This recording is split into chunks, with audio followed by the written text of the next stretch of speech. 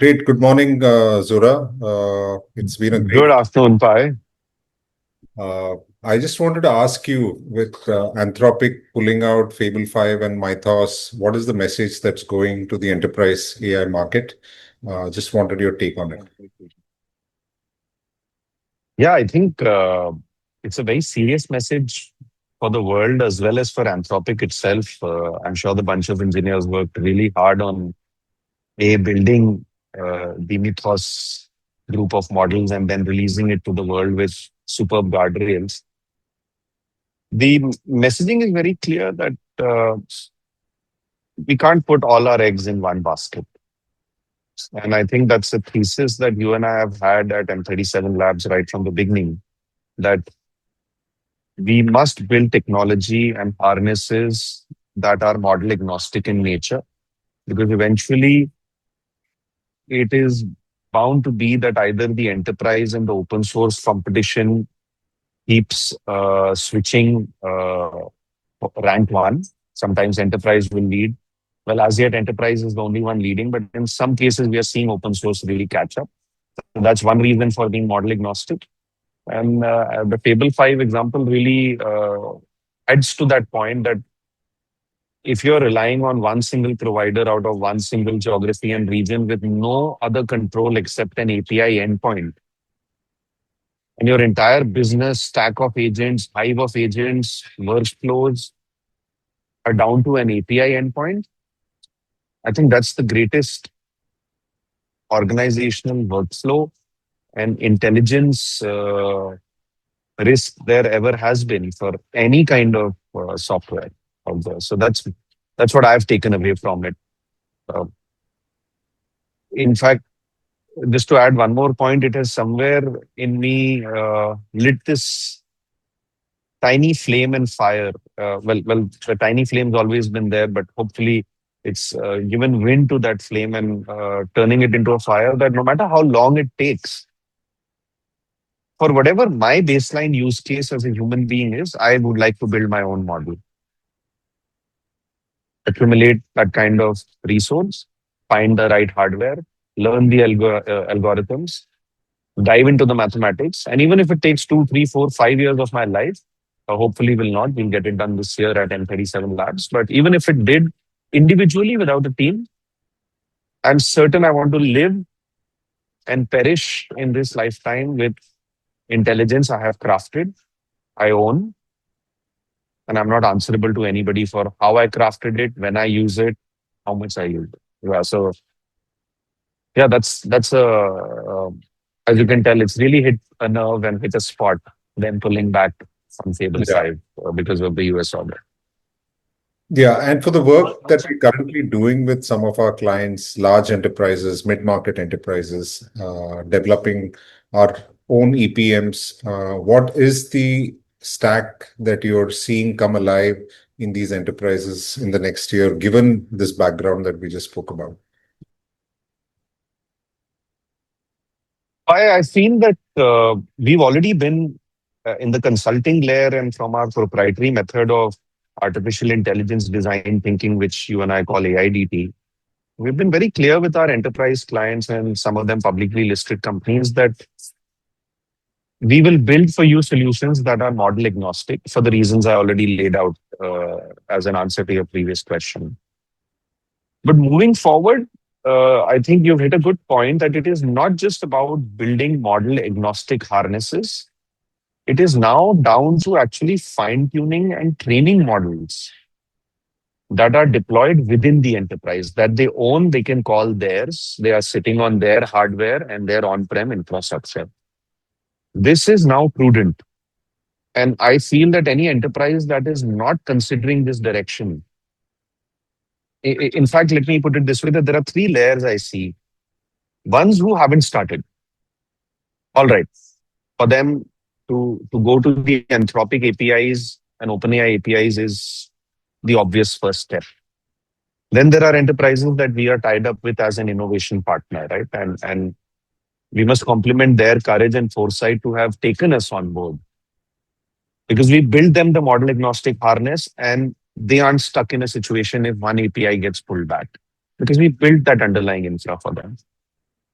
And I think it is your and my purpose now to evolve these enterprises to the next step, where it is not just model agnostic, but parts of the system and workflows are running on their trained models on their premise, which basically completely changes the conversation around data security, cost, ownership, and so many things, right? Like the minute I train a model for Pi and run it at his home, then all you are paying at the end of the day is for the hardware that we will set up and the electricity bill that you pay for at the end of the month.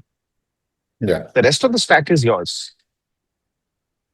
And I think this is now critical for M37 Labs to do to really help at least our clients and future prospects and potential clients to realize agnostic harness and as many parts of the workflow that can be done by their proprietary models should be done by their proprietary models and not by any open source or enterprise model provider.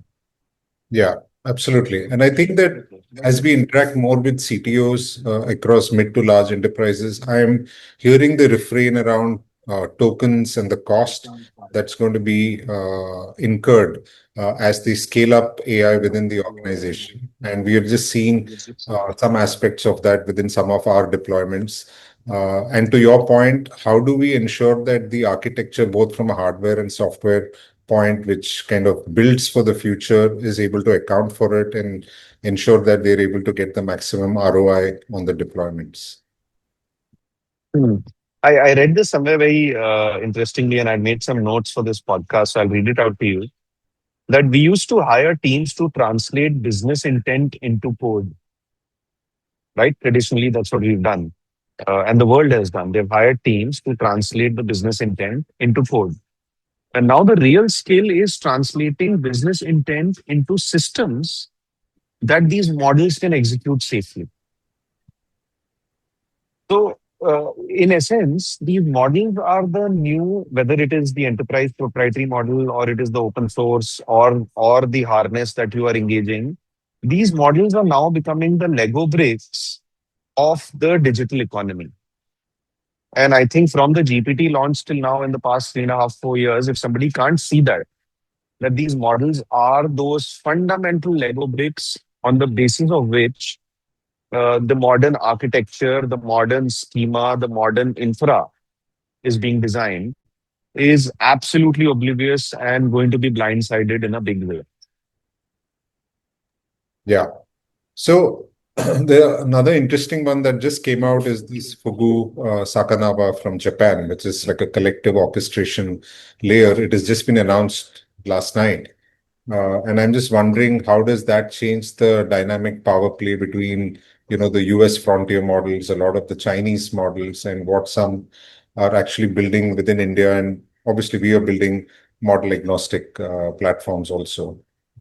How does Could that you change? elaborate a little more on this? You're more caught up on this news because I've been following Kunal Shah's upgrade to WhatsApp The lead globally. And I just made a small LinkedIn post that how being a builder pays. But no, I want you to first elaborate on your point. I'm not fully aware of it. I'd love to know more. Yes, the Fugu Sakanama is basically a collective orchestration platform, which basically runs the entire frontier models across the world. So it could be open weights, closed weights. Again, it is a model agnostic platform, and it's going to be available at a lower compute to token maximization. So it seems very attractive. I haven't got a full detailed research paper on it. But from whatever they've announced right now, it seems to be a viable alternative to what exists. And how does that really change the game? Very, very interesting. So new kinds of infrastructure are popping up. In fact, Geo made an announcement very recently, day before yesterday. I was reading in the newspaper as to Mukesh Ambani, rather, not Geo, that after the Geo takeover of the telecom infrastructure across the country, they are now attempting something similar on the AI line of thought that they don't want to be model providers or just infrastructure providers. but basically own the whole stack for India.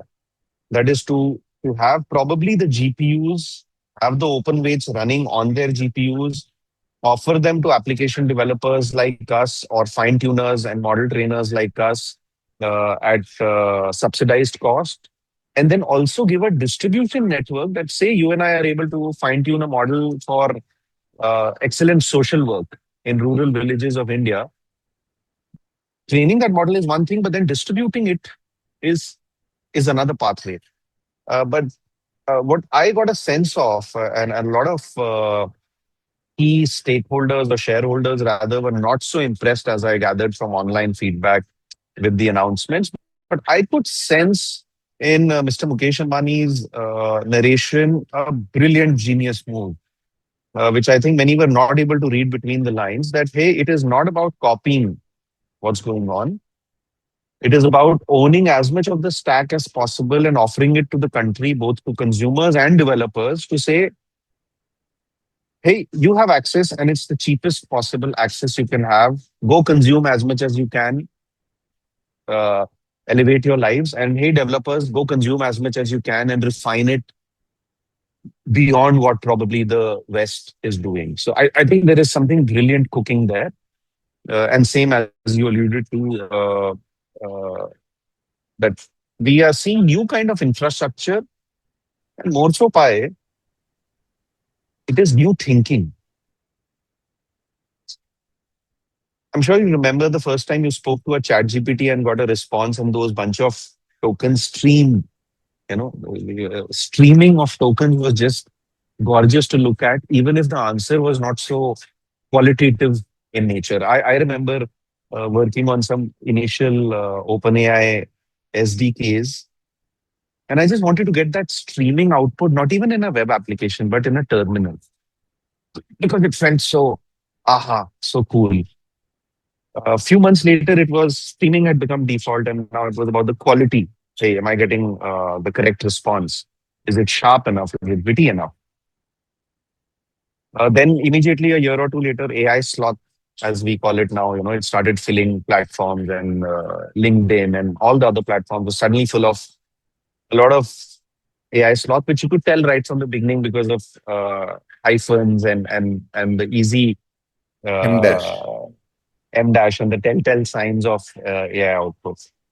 So then that got refined, and then memory came into the picture. That, hey, you could tell GPT that, remember, I want you to give me answers in British English, and I like to articulate things in a certain way, so on and so forth.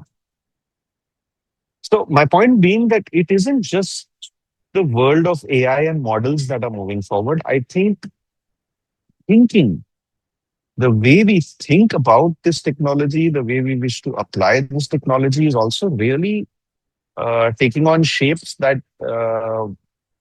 nobody could have anticipated. For example, coming back to EPMs, I don't think that acronym exists in the world. We came up with it at M37 Labs. I've not read the word EPM, Enterprise Proprietary Models, anywhere, and you and I have been talking about it for 2 years now. It's Yeah. part of your and my original documentation, even before we got on with M37, or in our exchanges on WhatsApp and email, right? And hey, we got to do this at some point. And now look, here we are, where from an idea that you and I thought was cool and may happen, should happen, it's a must. It is a burning need of the hour for enterprises to safeguard their knowledge work and their AI processes. Because going back five to traditional tech stack is not happening. Like Yeah. if I was to take away the cursor and mouse from your computer,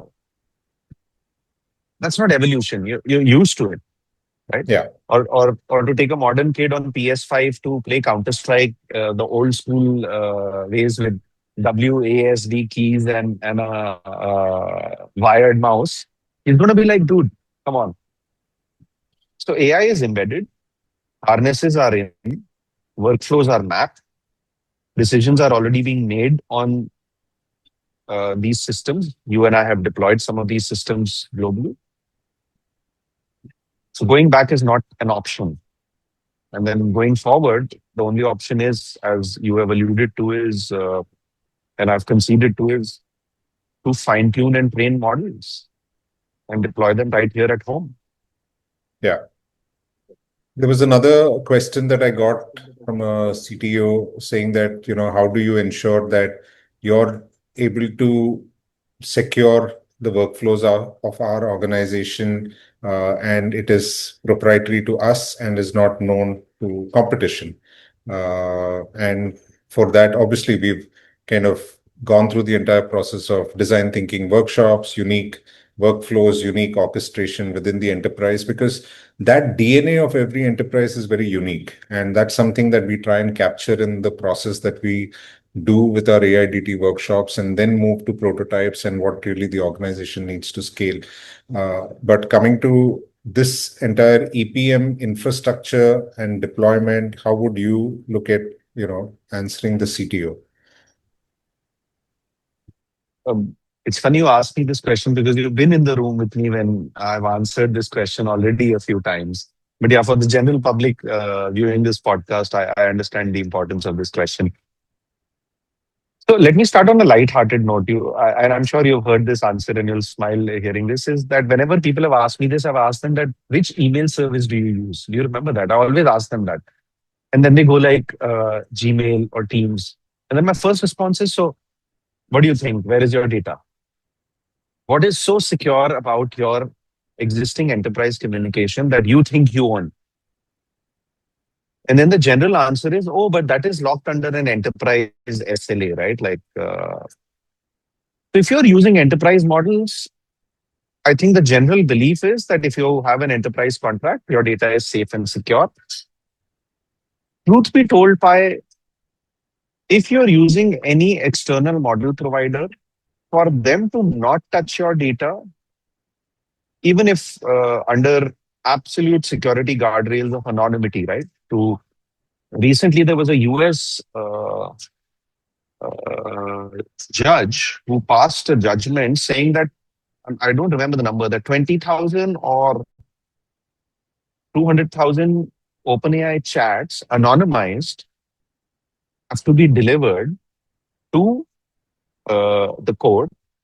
At the same time, the court passed a law that even when you go and delete your chat history in OpenAI, the chats cannot be permanently deleted. Look at the consequences of this kind of judgment. One is you're asking for 20,000 to 200,000 anonymized chats to review. And at the same time, so you're asking for anonymity. At the same time, you're passing a judgment saying that you can't delete the chat history, even if on the front end, when I press delete, everything goes. And I've personally done that, by the way. I delete my chat GPT history because I understand on a technical level how it is storing memory about me in some kind of a MD file somewhere. So even when I delete all my chat history, it knows. It knows my behavior, habits, and the suggestions I have informed it of. So point being, your data is going to be used one way or the other. And it's a double-edged sword because if you don't build upon the data that the consumers are providing, you can't make better models. So the enterprises are stuck in that loop, right? And if you do use them, well, then you are consuming at some point the financial analysis of a CFO or an intelligent, creative line of thought of a CMO or a great visionary prowess that a CEO may have, right? Uh, the only way to safeguard against all of this with absolute certainty is for a box to be sitting in your data center. In fact, Yeah. I'll go beyond the extent of saying enterprise proprietary models by, uh, let's come up with a new term, enterprise EPCs. You or you EIPC, I would call it. Enterprise Intelligence Processing Centers are needed. These would be smaller miniaturized versions of data centers and GPUs. But I think that's where the thought has to begin. You got to get your H100s and H200s in place, even if you start with a small rack of 5. and deploy some workflows, at least for your top C-suite, so out that there. their level of thinking is not getting leaked out to the world. And sure, later we can build it for the entire organization. So yeah, EIPC. Let's make a note of that. That's a new That's term a we have coined together. Well, that's a great way to look at it. Have the EIPC's box sitting with the C-suite in their headquarters, ensuring that all the governance, security protocols are maintained, and then implementing the EPMs for all the other workflows within the enterprise. That sounds like the path Yeah. that most Say enterprises need to say go. say the chief design officer at Hindustan Aeronautics Limited has a question on a particular kind of wing selection for a future combat ready aircraft. The tiny question has a lot of uh, it, that question has a lot of consequences and a lot of uh, knowledge built in about what may be the future combat aircraft that comes out of HAL. Or a ISRO scientist trying to query different kind of solar panels that he wants to select from, or modern material science that you and I even don't understand fully yet, uh, has a lot of giveaway about what might be the next satellite uh, that ISRO is planning to launch for India. And I can go on to the realm of retail industry. Somebody querying a design pattern or a market behavior has a lot of telltale signs about what their next product launch could be. Or Yeah. Mahindra or Tata Motors, chief executive officer querying about certain lithium sourcing on Perplexity or ChatGPT has consequences of giving away to the A lot model of intent, providers a lot of their intent, the corporate a intent lot is of their what. intent. Yeah.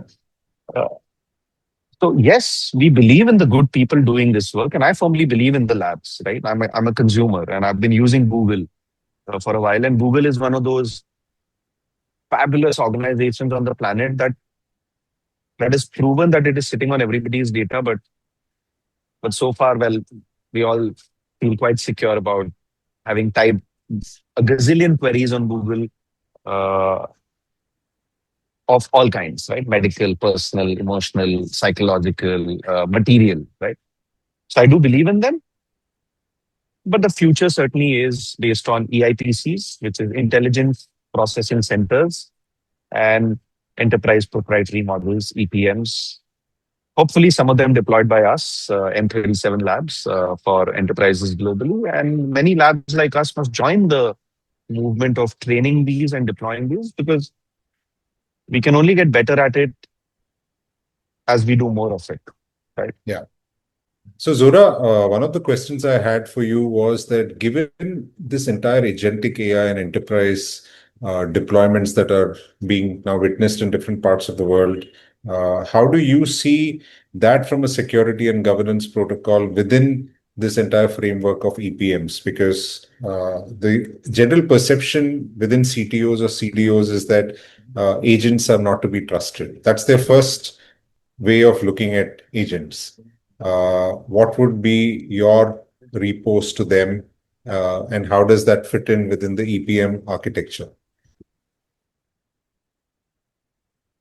Look, agents can, a anybody who feels they can't be trusted are already using agents across systems, right from the world of fintech to actuarial services to various systems already on the internet that I'm sure these C-suite are already using are agentic systems.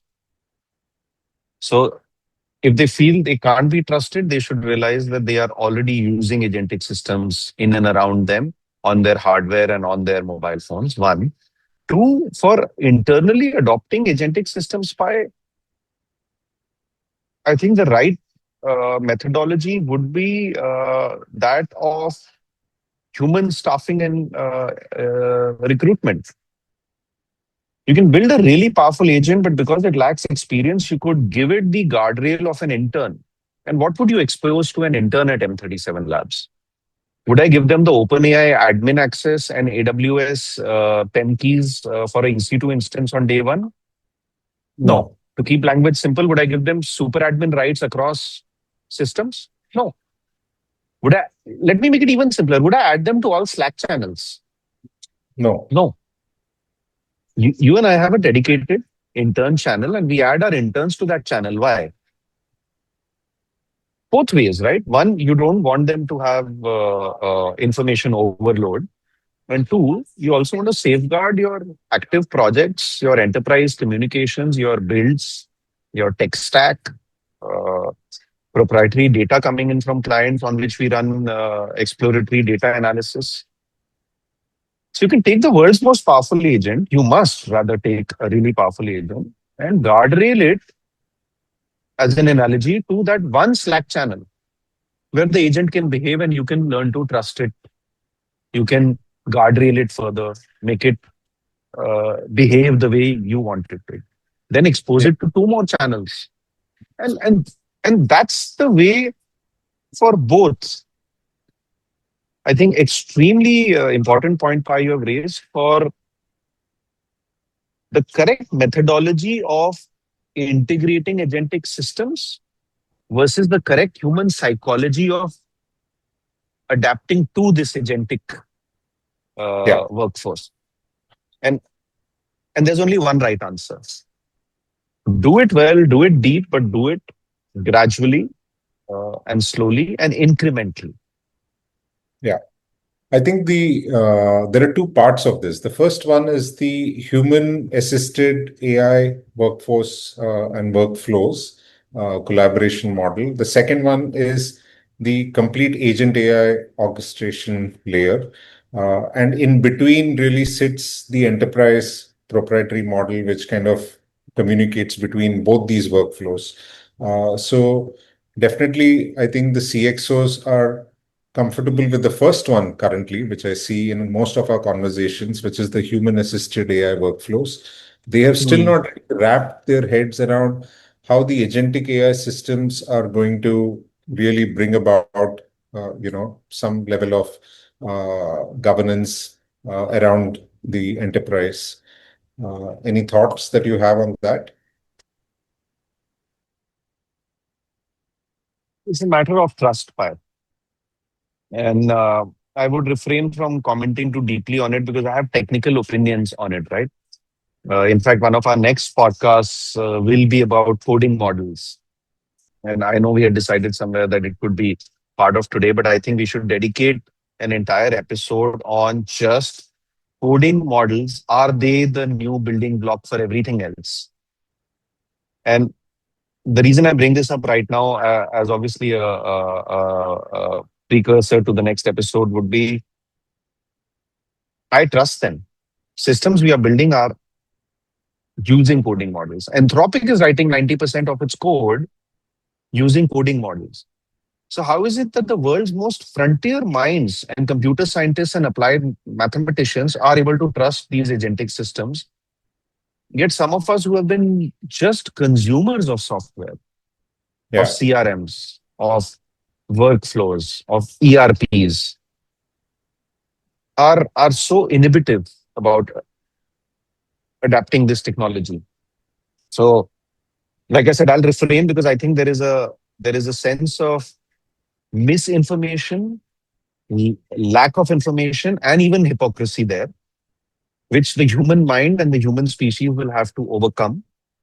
Uh,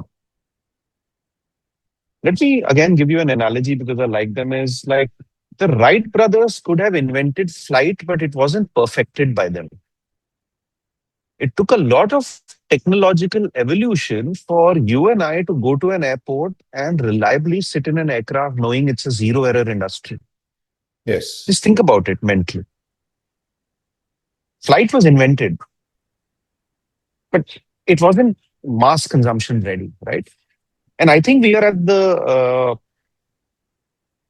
midpoint of this agentic wave where massive automated consumption has begun. But yeah, that whole industry and structures that need to get laid around for humanity to adopt or take on this in their daily lives, in their workflows, in their organizations at an enterprise level, as seamlessly as a sea suit catches a flight to go from one meeting to another. We aren't there yet, and that is the breeding ground for the next. Innovation. Yeah. I I don't even know. I would say trillions of dollars of economy. Yeah. You and I are fighting for that space, right? The people who crack that and drive that confidence, build those guardrails, build those frameworks, build those coaching seminars, build those proof of concepts. That's where the trillions of dollars of economy will come from. Okay. Yeah. Because flight is invented, but we are still not ready for commercial passenger jets, as an analogy for It is still being jet. made in the workshops or in the hangars. So, yeah. Correct. Great. Thanks for these points, Zora. I think we've had a very good discussion and look forward to the next one. As always, Pai, thank you for asking me such brilliant questions and giving me the chance to spill my mind out. We will have one of the episodes where I'm going to ask you questions, and we will go equally We will deep. flip it. Yeah, Uh, we'll flip it. yeah, we will flip it. But one for all for one. All right. Thank you. See you. Okay. Bye. Bye. Bye.